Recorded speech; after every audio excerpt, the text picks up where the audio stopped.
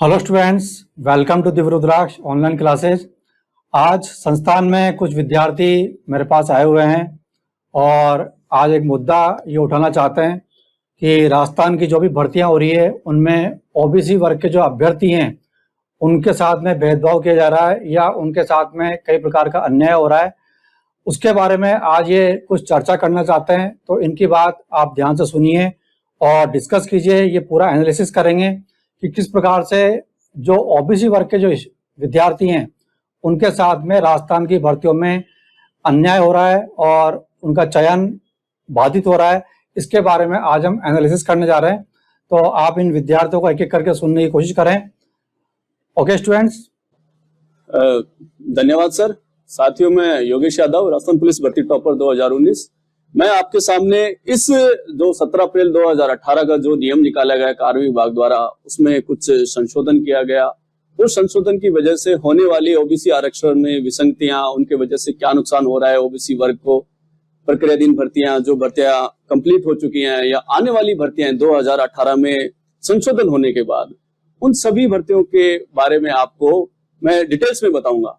सबसे पहले ये संशोधन किया गया जो 17 अप्रैल 2018 को, इसमें नियम सही है, इन्होंने एक संशोधन कर दिया कार्य विभाग के अधिकारियों ने कि ये जो पॉइंट नंबर 2 है, इसमें सीधा सीधा इन्होंने लिखा कि कोई भी पद जो सीधी भर्ती द्वारा भरा जाना है, यानी भर्ती भूतपूर्व सैनिकों को लेके सबसे बड़ी समस्या जो हो रही है वो ओबीसी मेल कैटेगरी।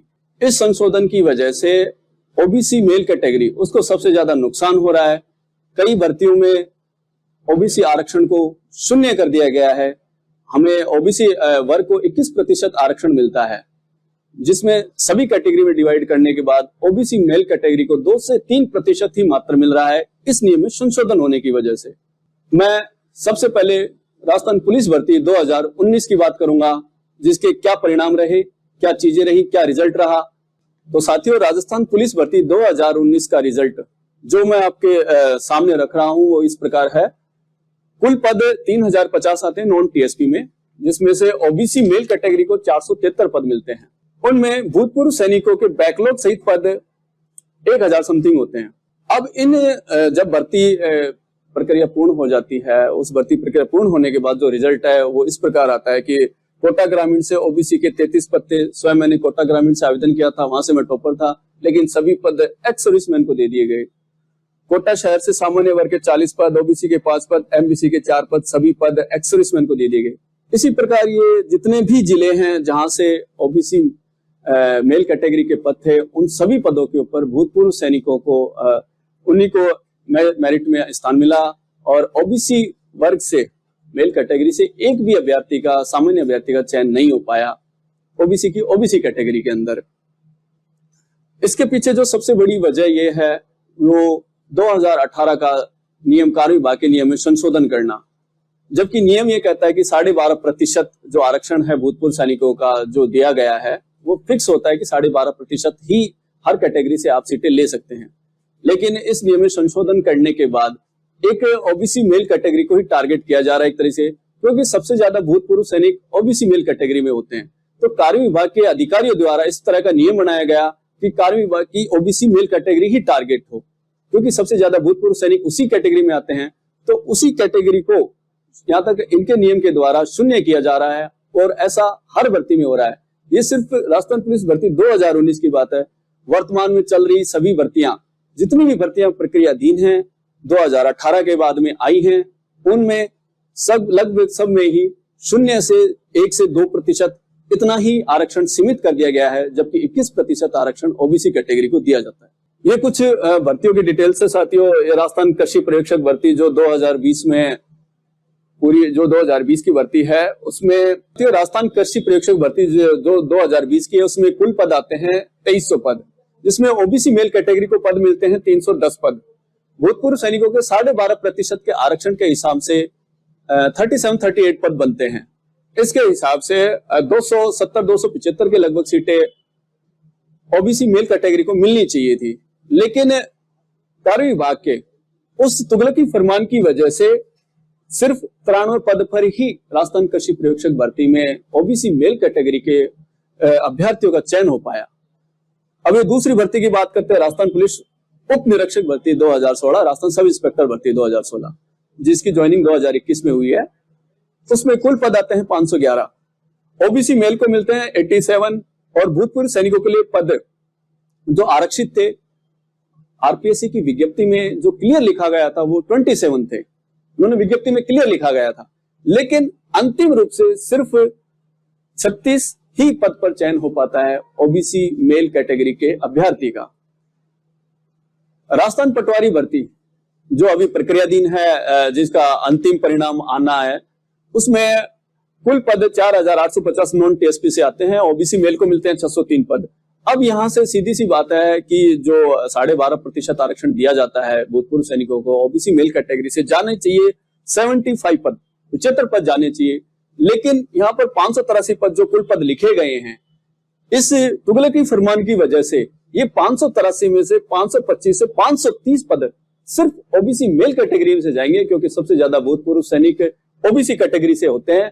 इस वजह से सबसे ज्यादा नुकसान है जो ओबीसी मेल कैटेगरी को हो रहा है, क्योंकि भूतपूर्व सैनिकों का जो आरक्षण है वो फिक्स नहीं किया गया है।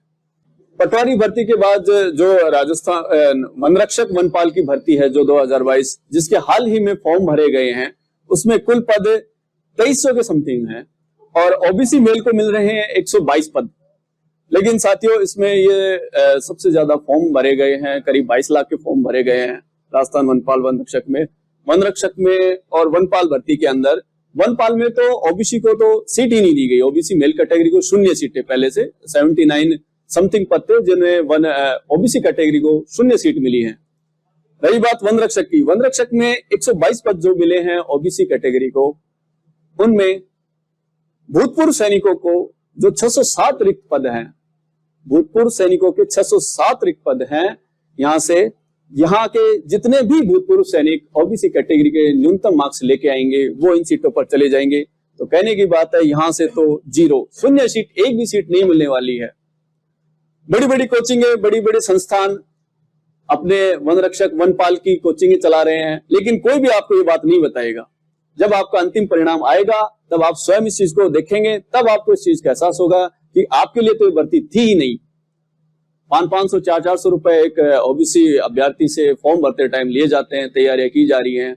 तो ये जानकारी जिन जानकारी का आपका अभाव नहीं था, उन जानकारी को बताया गया है, क्योंकि मैं स्वयं उस आरक्षण से पीड़ित अभ्यर्थी हूं, इसलिए मैं सारी जो बातें हैं आपके सामने रख रहा हूं, चीजें जो 2018 के बाद जितनी भी भर्तियां हैं उन सभी में ये चीज हो रही है।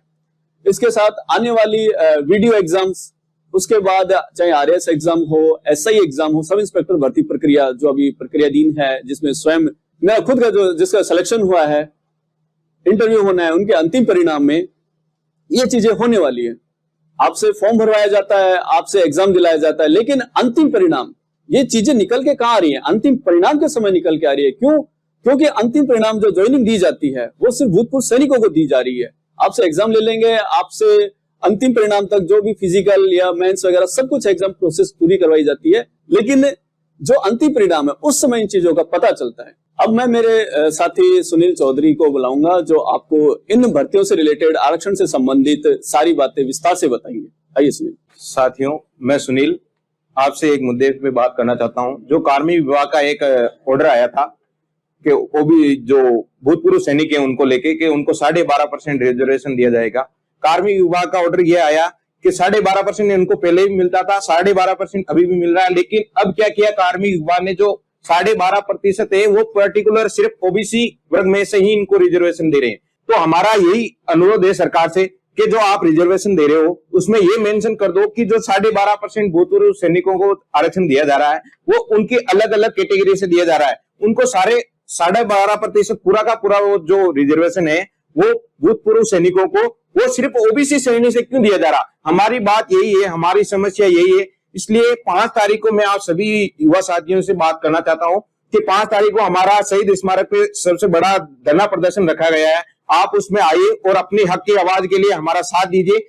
उसमें हमारे ओबीसी वर्ग के बड़े लीडर्स हैं, वो हमारा साथ देने के लिए आएंगे और आपको बड़ी भारी संख्या में यहाँ जयपुर आना है और शहीद स्मारक पर इस धरना प्रदर्शन में अपनी समस्या को रखना है। धन्यवाद साथियों मेरे को सुनने के लिए। मेरा नाम इंगलाजदान है। मैं सब इंस्पेक्टर भर्ती 2016 का अभ्यर्थी था। मेरी रैंक 175 थी।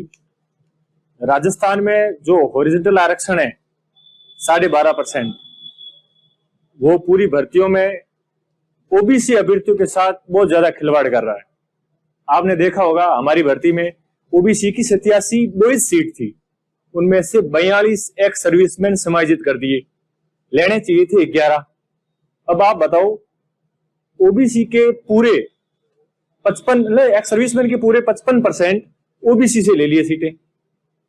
ये तो ठीक है, सब इंस्पेक्टर भर्ती परीक्षा में स्पोर्ट्समैन की ये अलग भर्ती कर देते हैं, तब ये बच जाते हैं। लेकिन कृषि पर्यवेक्षक भर्ती में देख लेना, आप वन रक्षक भर्ती में देख लो, पटवारी भर्ती अभी जो चल रही है उसमें भी देख लेना। ऐसे अधिकारी जो 12.5% आरक्षण के बारे में जो 17/4/18 का आदेश निकाला है, उसमें हर कैटेगरी वाइज उनको करना था। इन्होंने वो उल्लेख नहीं करने के कारण हर भर्ती में ओबीसी बॉयज अभ्यर्थी के साथ इतना बड़ा अन्याय हो रहा है। जो आज 18 लाख फार्म भरते हैं, उनमें से उनको 10% सीटें नहीं मिलती है आज की तारीख में। हम सरकार से यही मांग कर रहे हैं कि आप हॉरिजॉन्टल आरक्षण है वो अपनी कैटेगरी अनुसार फिक्स कर दो, 12.5% कर दो। केंद्र सरकार यदि वो आरक्षण हॉरिजॉन्टल है वो वर्टिकल कर सकती है, तो राज्य सरकार क्यों नहीं कर रही है?